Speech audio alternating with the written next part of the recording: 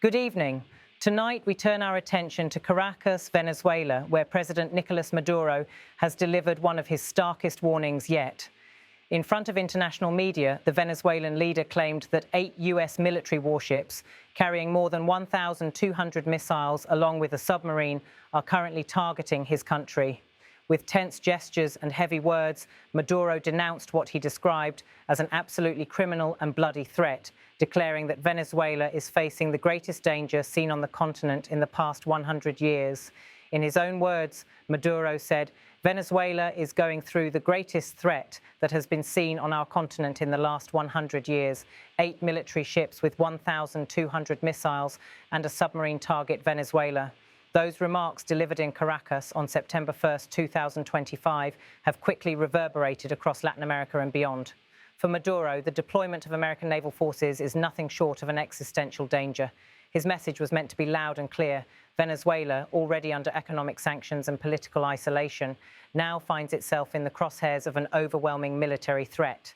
The accusation, whether viewed as a warning, a plea, or a political maneuver, has captured international headlines and raised questions about whether a new phase of confrontation between Washington and Caracas has begun. From the perspective of the United States, however, the narrative is very different.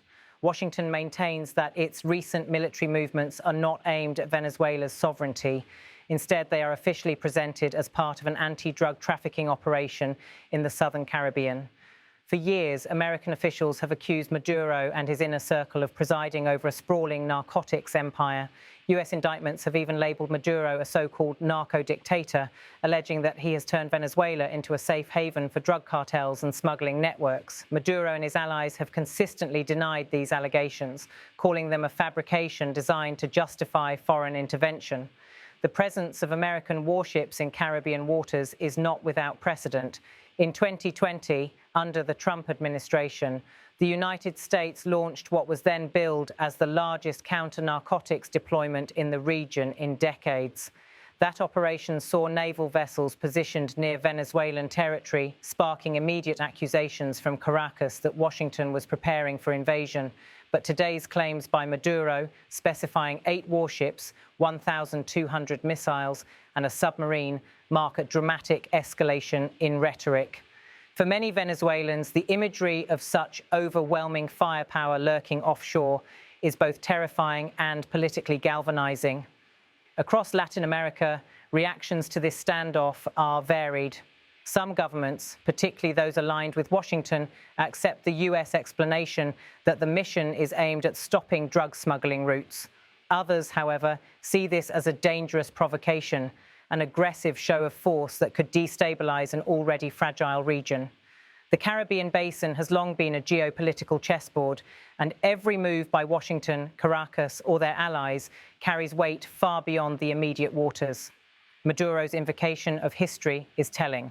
By describing the current situation as the greatest threat in 100 years, he implicitly draws comparisons to Cold War confrontations, most famously the Cuban Missile Crisis of 1962.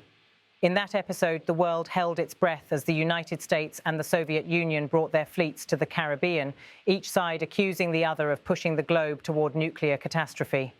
While today's circumstances are not the same, Maduro's choice of language is deliberate.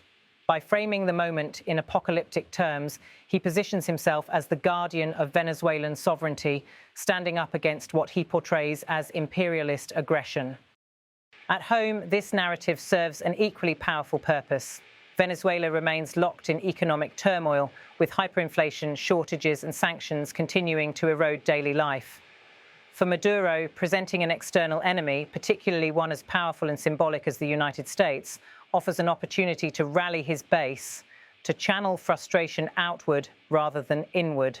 His warning about missiles and submarines is therefore not just a foreign policy statement, it is also a domestic political tool. Still, the imagery of US warships bristling with missiles off Venezuela's shores cannot be dismissed lightly. For ordinary Venezuelans, many of whom have endured years of hardship, the suggestion that their nation is now in the crosshairs of a foreign power superpower is both alarming and confusing.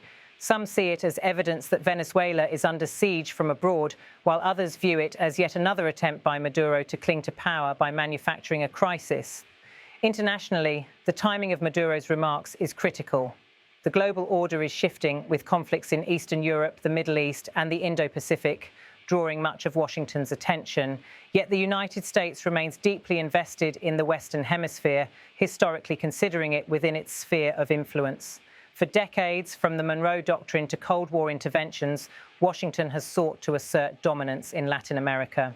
Maduro's denunciations tap directly into that historical memory, framing Venezuela as the latest target of a centuries-old policy of interventionism.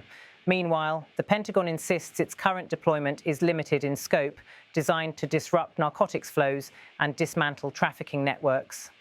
Officials in Washington argue that Venezuela's porous borders and corruption have made it a hub for smuggling operations that reach the United States, Europe, and Africa. They emphasize that the mission is defensive, not offensive, yet the optics of warships armed with thousands of missiles sitting in nearby waters tell a different story, and in politics, perception often matters as much as reality. Observers note that Maduro's words may also be intended for allies beyond Venezuela's borders. Countries such as Russia, China, and Iran have long expressed support for Caracas, both diplomatically and economically. By dramatizing the US threat, Maduro could be appealing for greater solidarity from those partners, hoping to frame Venezuela's struggle as part of a broader battle against Western hegemony. As the situation unfolds, the question remains, is this a genuine countdown to confrontation, or is it a high-stakes political performance meant to fortify Maduro's image at home and abroad? History shows that Venezuela and the United States have engaged in this kind of rhetorical brinkmanship before, but rarely has the language been so charged with images of submarines and missile-laden ships. Tonight, as the warships remain on station in the Caribbean, two narratives compete. In Washington, officials insist this is a law enforcement mission against drug cartels. In Caracas, the president warns of impending attack.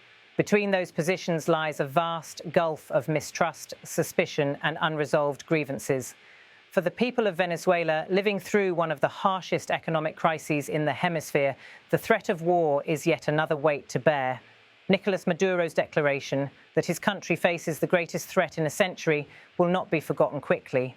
Whether it signals a new round of confrontation or a calculated political maneuver, it has already raised the stakes in a region where history has taught the world to take such warnings seriously. And so, as the sun sets over Caracas tonight, the spectre of warships, missiles, and submarines lingers not just in Venezuelan waters, but in the minds of millions. The world now waits to see whether this crisis drifts toward resolution or toward escalation. Venezuela is going through the greatest threat that has been seen on our continent in the last 100 years. 8 military ships with 1,200 missiles and a submarine target Venezuela.